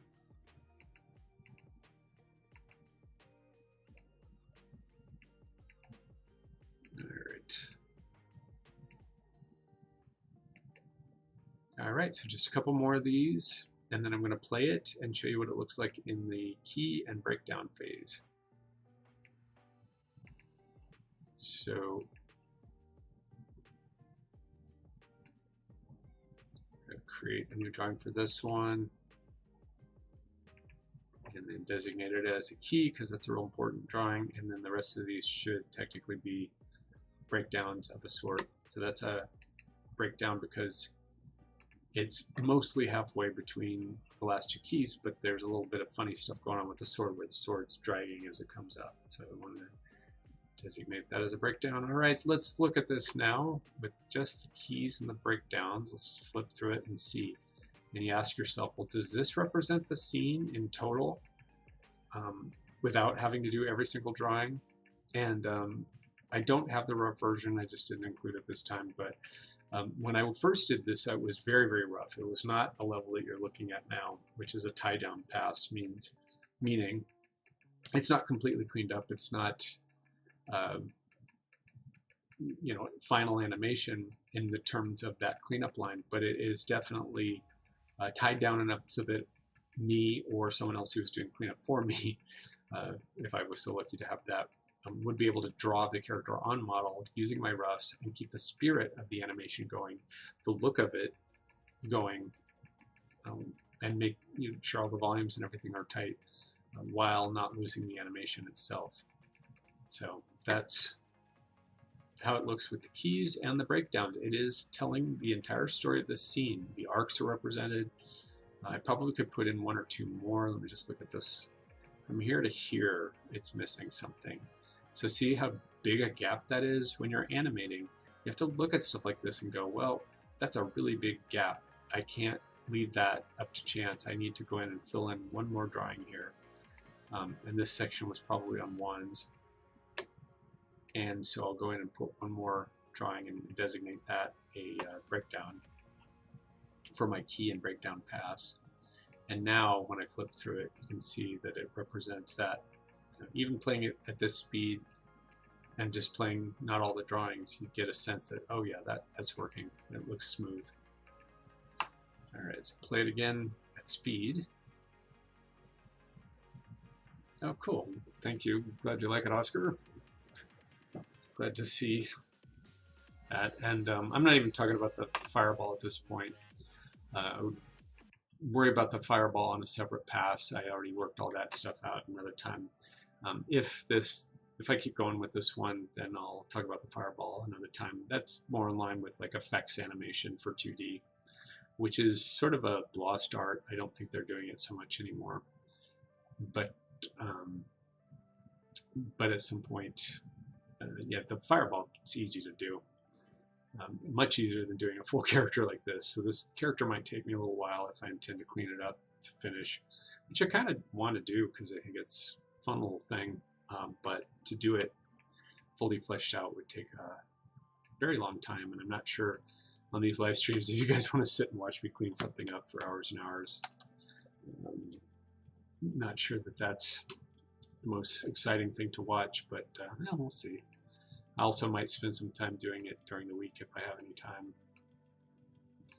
But here, I'm going to copy and paste not only the sword, but the hands holding the sword, and see if I can get that for quote unquote for free if I just copy and paste it onto the next frame.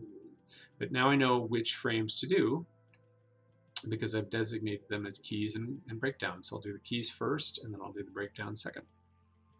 And just go from there, and then go fill it in all the drawings that are missing after that.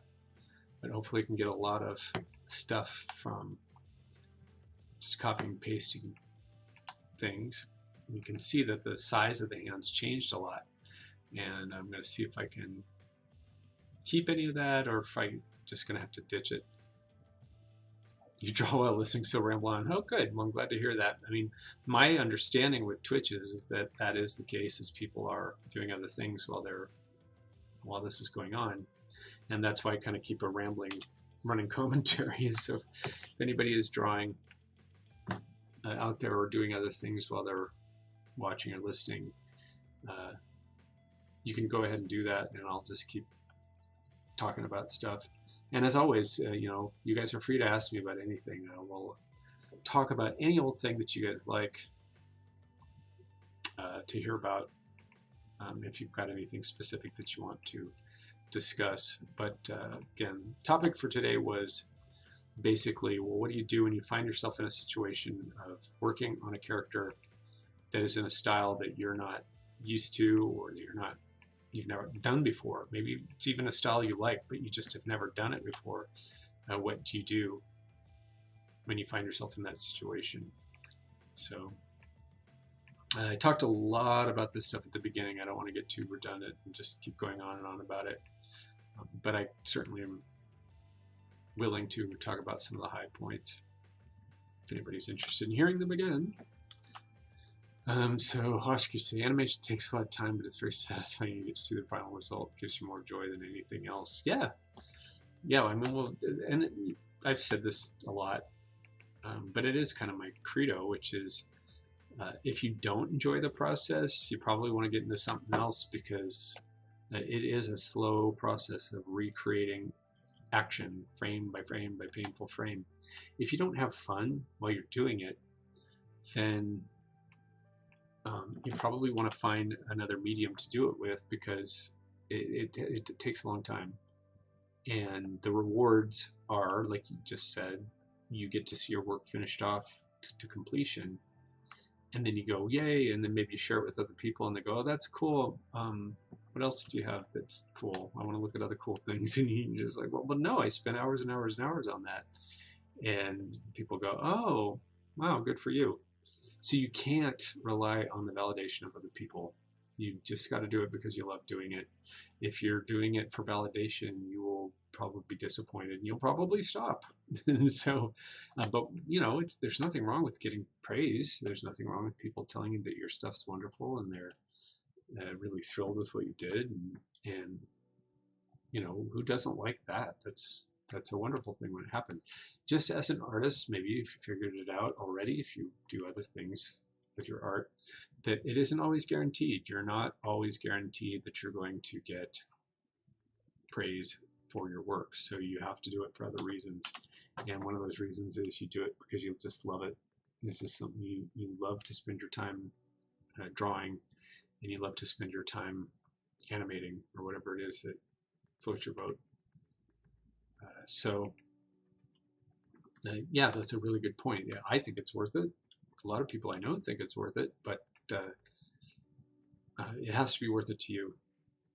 It has to be something that you're really, really excited about doing, or why do it? Why not do something else? So I'm going to up the thickness on these legs and draw with a little bit thicker pencil. I think it just looks better. So give it 5. That should do it. It's too big now. Give it a 4. This is something else that we can do in the digital realm, which is just so wonderful. I'm just changing the thickness of the line, because when I drew it with a pencil that was too thin initially. Usually I go too thick. It's like, do what you love what you do. Yeah, that's my credo. I mean, that's my mantra. That's what I tell all my students. If you take a class with me, you will hear it again and again, at least in the introduction classes, and then I kind of shut up and just show you stuff, technical stuff. As part of the classes, you do exercises every week, and then we have Q&A sessions, and you get a chance to talk to me about, you know, I give you a critique and talk about what you can improve, what's going well, and you know, not so much with what I do here on these live streams, which is talk a lot about industry stuff or business stuff or realities, career realities, artistic realities, and anything that has to do with the process. In class, what we concentrate on is the actual work, and just get in there and do it, because experience is kind of the best teacher when it comes to learning the basics of animation. And I, at least, minimize the amount of jibber jabber, you know, if I can, and let's just get in it and start drawing. And I don't know if my students actually agree that that's the best way to go, or maybe sometimes they actually would prefer to talk. But at some point, you actually have to just sit down and draw, and just keep drawing. So just something to think about. If you're a student, there comes a time when you are assimilating knowledge and you're learning, and then there comes a time when it's like, nope, just get in on it get in there and do the work and take as much time as you can to get it right.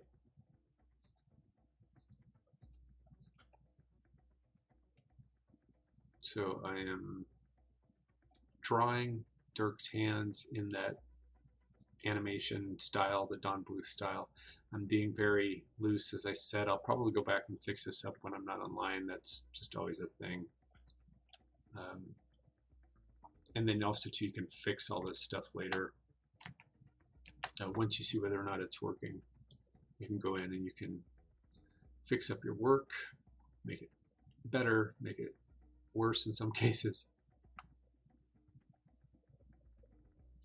But I'm just laying in some really loose lines, and then I'll check them as I go.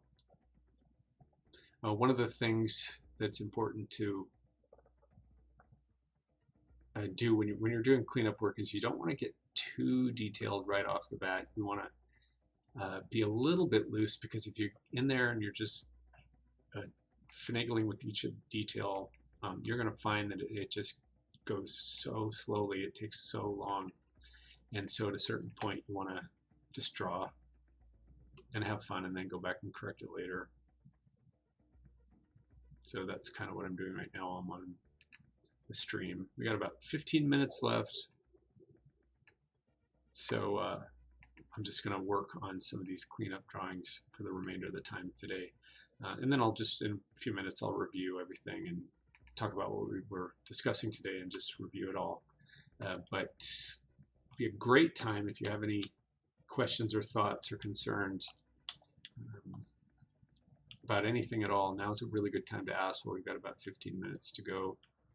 If there's anything that you're burning to know about any of this stuff, specifically today I've been talking about drawing in specific animation styles, but if there's other stuff that you're interested in,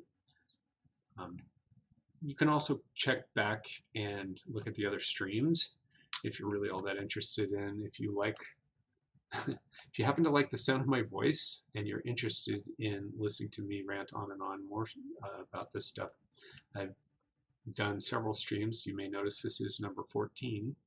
That means there are 13 others that I've done on various and sundry topics with animation. I try not to repeat myself too often, but there are some stories that I think never get old. Some things that bear saying over and over again, one of which is do what you love and love what you do.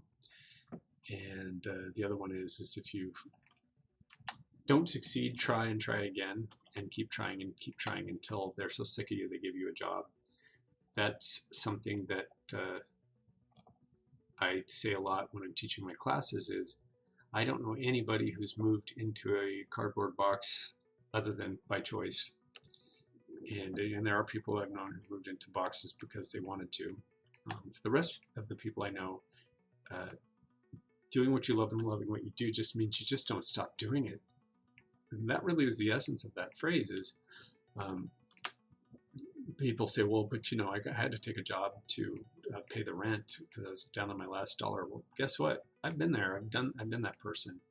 And it's true. You do have to pay the rent. I worked at a department store for approximately 2 days before getting my first job in animation. Well, first job at all in Hollywood.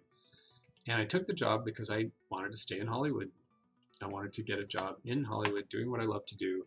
And time had run out. My money was running out. My parents were very kind and gifted me with some cash. And that money was just about gone. And not gone. I would never go down to my absolute last dollar. I would do something before I got to that point. But the money that I felt I was comfortable with having, I had like another month's rent, I think, probably stored away. I'm like, okay, I need to get a job and I need to be able to pay my way. And so I took a job at a department store on the Beverly Center on La Cienega in kind of the West Hollywood area, and was going to start selling sheets on a Monday. I went through their training and was going to start selling sheets on a Monday morning, and then all of a sudden this contact I had called me up and said, hey, got some bad news for you. You got a job working at an editing house that you applied for. It was a friend of his, and he helped convince them to hire me. And as a result, I was able to not work selling sheets after all, that I was perfectly prepared to. I was willing and able to work in the department store selling sheets to rich people, or whoever came in for that matter, but the clientele was rich people. I mean, at least I figured that. If I applied for a job at the Beverly Center, I would be working with, the odds of working with people who have a lot of money and are probably in the business was upped higher than if I was, say, living in someplace else. Because I don't want to denigrate, I don't want to insult any place else, but I needed to be where the action was. So I got a job. I applied for a job in the Beverly Center. Nowadays, you probably couldn't even get a job like that. You'd have to get in line. Certainly, if you're an actor trying to get a job, good luck getting a job as a waiter in Hollywood. I mean, nowadays, everything's different with lockdowns, but when things are running smoothly and normally, those jobs are highly coveted positions, waiting jobs in Hollywood, and you have to get in line to get one. But I got a job, a minimum wage job, slightly above minimum, selling sheets, and would have done it. And then right on the heels of that, I didn't have to wait. I got the job at a studio, and I was off and running. So don't be too proud to take something if it means you get to stay in the game a little longer. It's kind of like gambling, isn't it? If you have enough cash, my parents like to gamble, and they always told me, if you have enough cash, you'll win eventually. It's just you got to outweight the system, whatever it is, game, cards, slot machine, and then eventually it'll pay out because they're set up to do that. And that's the same way with getting your career started. Sometimes it's a matter of just having enough resources to wait out until, as I always say, they get so sick of you, they put you to work, give you a job. So, problem, Jordan, jumping into details too quick. Well, not to get too personal with you because you were a student, but my feeling is your training and your skills are very strong in illustration. I'm not surprised at all that you jump into details really quickly because you're used to drawing that way. And that's one of the things I'm talking about tonight is styles. And one of the styles we work on, if you recall, in the classes is drawing in a rough style, drawing your animation really roughly so that you can get your ideas down really quick and then clean them up later. And it takes a while. It's not easy, and that's one of the reasons I'm talking about that as a topic tonight. Is I'm trying to relay the importance of working in a specific style. It takes practice, and you have to think about it, and you have to. It's like you've drawn with your right hand all your life, and now someone's saying draw with your left hand. I know a lot of people, some who may even be out there watching tonight, who are used to drawing with paper and pencil and are finding themselves in a situation where they kind of have to draw with a digital medium like Toon Boom, TV Paint, on a Cintiq of some kind, a tablet. And it's not easy when you first start out. But if you keep practicing it and working at it, you will find that it gets easier and easier the more you do it. But you got to start somewhere. And so that's, if I can offer nothing else from today, it's that just start somewhere and keep practicing and keep trying, and eventually you'll find your way back to feeling like you're on top of the world again. So if you do illustration and you're really strong and confident with that, or if you do 2D animation on paper, or if you do 2D and you got to move to CG animation, then eventually you'll be an expert again at whatever. You'll feel that comfortable, happy feeling again. But when you're starting out, you kind of have to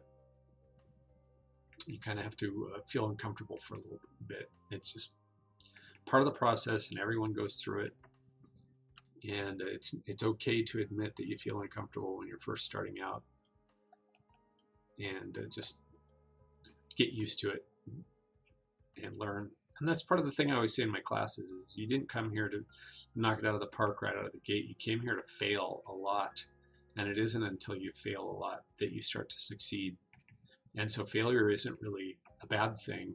Sometimes we see it as a bad thing in culture because there's just no time for mistakes and no time for the little details that you have to learn. But in classes there are, and you got to fail a lot. And it isn't failure, it's evolution. You're just going to get better and better the more you try stuff, the more you try, the more you attempt things, until one day you're actually able to just do everything that you ever wanted to do. I always liken it to a light bulb coming on over your head, like they show in cartoons, where you just suddenly get this epiphany and go, oh, I know what that is. I know what I'm supposed to be doing here. And you trust. You no longer feel like, oh, I'm still scrounging around trying to figure out what to do. So the question is, what's the culture like in Hollywood? Well, that's a difficult one to answer because Hollywood is so many different things.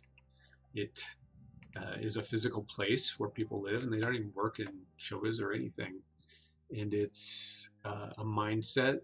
People think of, oh, I'm going to come to this town and I'm going to become rich and famous.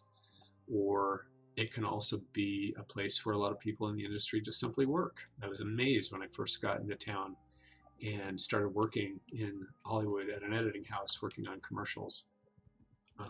And they were commercials starring celebrities like Gene Kelly. It's one of my favorite ones to tell. That it was just, just a job. It's just what they did for a living. It's just a place where you work. And there's nothing magical about it. And most certainly when I started in the 90s, or 80, in the 90s, there was absolutely nothing magical. Hollywood was a dump. And they've since revitalized it and made it a lot more special. And that's where they do the Oscars. I think they still do the Oscars there. And so it's a lot nicer now than it used to be, and it's a very high tourism when things are not on lockdown. But then there's what's the atmosphere of Hollywood like? Well, there's the club scene, and that's all these people going to shishi clubs and getting all dressed up and partying all night long. That's Hollywood. I used to ride my bike around it on hot summer nights and go look at all the people partying. Oh, and I also partied in Hollywood, my share, when I was really young. By partying, I mean I went to the clubs and jumped around and danced and stuff, drank. But there's that, and then there's a scene of Hollywood that is people in the industry who are making movies and shows and things and communicating with each other, and they're all part of a very small, weirdly small group of people who all know each other to some degree and are working on TVs and shows and trying to pitch things and sell things, and tend to go to the same restaurants. And that is a very interesting, tight-knit clique that a lot of people have tried to get into, because once you're in, then you're part of that whole scene, and then you too can pitch ideas and maybe get your ideas sold or be in a movie or whatever you want to do. So wow, it's the ugliest hand I've ever seen in my life. I'll fix that one up before we're done. So anyway, so that is what the culture is like. If you're asking about the culture in Hollywood, it's multifaceted. It's the city itself, the culture of the people who work there, just as jobs, just day-to-day stuff, Xerox machine, copy centers and restaurants and things. Then there's the culture of Hollywood that is the people who work there for a living in the studio system, and then there are people who are trying to get into the system, who reside there, actors and whatnot, who go to lunch there. And then there's the events, there's theaters and the Oscars, the theater where they do the Oscars, lots of movie theaters, lots of live theater there. So it's an exciting place. It's multifaceted. It's also getting very crowded and very expensive. And it can be very catty because it's a small world and everybody knows each other. Jordan says pencil's best. But loving to do, I love pencil too, but I love digital. I love it all. And on that note, we got about 5 minutes. I'm going to just wrap this up. Haven't done a lot as far as action today, but you can see that I've done a couple drawings with Dirk here. If I turn off the animation, you can see I've cleaned up a couple drawings, and I will continue to do that. Probably I'll work on this a little bit more next week and keep fleshing this out. in cleanup form and talking about this scene a little more. I've got another one that's coming that's a female character who's sort of like a fairy tale princess spinning around with a dress and hair, and that's another good overlap and follow through. So I'll either continue working on this or I'll stagger them so you guys can keep seeing some of the stuff I'm working on. Again, I can always talk about whatever you want. I can bring something next time if you're interested. If you have a specific topic of anything. In the past, I've done like lip sync, and I think somebody asked me about perspective and proportion and scene planning and things like that. So, you know, whatever you're certainly people are always interested in career realities, and I talk about those all the time. That's a constant subject on this feed, is talking about you know, how do I get into the business? What do I do once I'm there? And so I'm always happy to talk about that stuff, but just, you know, let me know if there's stuff that you want me to bring next time to either work on or talk about as we go into another feed, if anybody's interested in showing up next time. But just to wrap it up, so here's my scene in progress. Those were the 2 cleanup drawings. I'll do a lot more of these next time. But here's the scene that was rough animation. Pull out all of that. It's Dirk the Daring fighting, I don't know, some magic fireball. And then it started out by being referenced the actual Dragon's Lair. I watched that over and over and over again, played it over and over again, probably sunk about $17,000 into this game trying to learn it. This one, and then Dragon's Lair 2, and then Space Ace. I just loved them. Now, of course, you can buy them and watch them if you want. But I would watch it over and over again and got into the vibe of how it was supposed to look, and then shot some reference and tried it. And then I put together, well, the reference of how the character actually looks, and you know, kind of use that as a reference, as a guide, obviously, and then acquired the model sheets that were available on back in the old days. We'd share them with each other, but they're all available online, and then use those as you know, strict reference for actual scenes from the films, learning how to draw. And then based on that, I started thumbnails, and then I started keying. And I showed the keys earlier. That's the ones in red and blue down below. And then broke it down. That's the blue. And then went through and in between it, tied it down a little bit. And now I'm going through and doing the cleanup pass. And all of this to kind of bring it back around. I'll bring my friend back so you can see my friend who joined us tonight. All of this was under the heading of drawing in a specific style, which in this, no, really. Drawing in the specific style. What, there's nothing up there, don't look at it.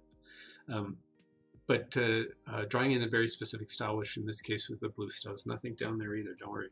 The blue style, and you can do that with any anime style or any specific style that you're interested in, is just is viable. It's a style, you just need to apply it.